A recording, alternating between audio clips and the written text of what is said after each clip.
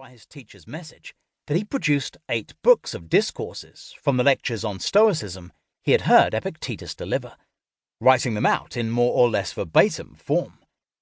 And he also drafted the summary of them that we know as the Encheiridion, or Handbook. The work you are presently hearing, How to be Free, contains my translations of the Encheiridion and of 9 excerpts from the 4 surviving books of Discourses. Arrian went on to have an illustrious career in Roman administration, and he published many other books, including a history of Alexander the Great. We don't know how he managed to reproduce the actual words of Epictetus, but the text that has come down to us, written in Koine, the colloquial Greek also used in the New Testament, is clearly the voice of his teacher, and not merely Arrian's adaptation of the way the philosopher spoke. As a guide to the Stoic life, Epictetus's philosophy, especially in the Encheiridion format, has been popular ever since the text was first edited and printed in the 16th century. Translated and retranslated into numerous languages, his words strike home because they focus so sharply and memorably on situations that are the common lot of people at every time and place. The emotions to which he propounds remedy, fear, anxiety, envy, anger, resentment, grief, are everyone's experience, whether you live in imperial Rome or modern America. To that extent, Epictetus needs no introduction. Yet, while many of the scenarios he pictures are familiar place fillers for our own experience, they also include his distinctive milieu and the mores of his distant time.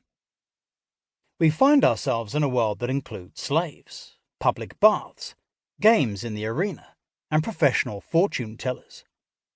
A hazard that Epictetus himself had experienced is exile. Imperial Rome and its provinces were managed by a highly regimented and competitive system of offices and office holders. Jockeying for position was endemic, and it included looking for patrons, attending banquets, and seeking to impress influential figures.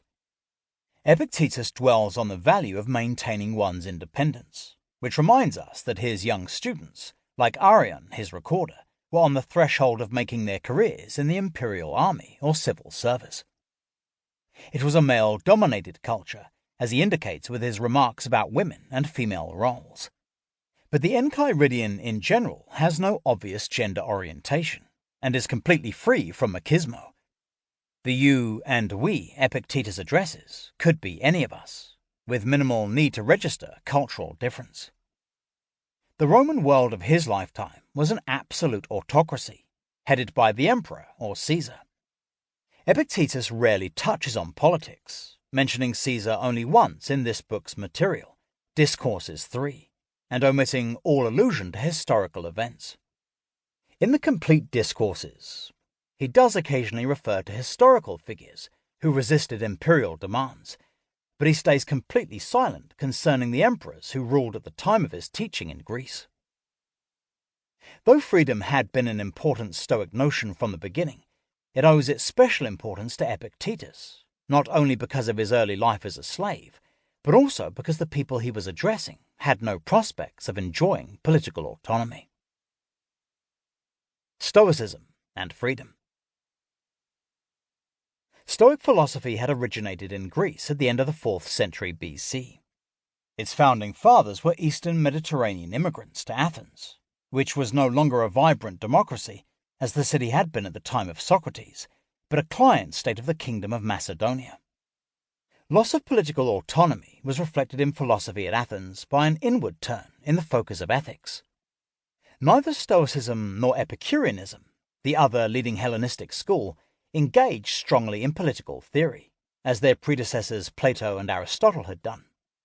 The main focus of the younger philosophers' societal attention was not politics and legislation, but personal well-being and self-improvement.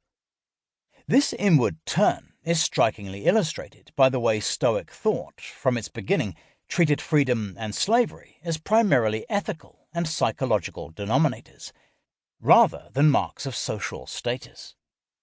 According to Zeno, the original head of the Stoic school, freedom is the exclusive prerogative of those who are wise, while inferior persons, who comprise the majority of people, are not only fools, but also slaves.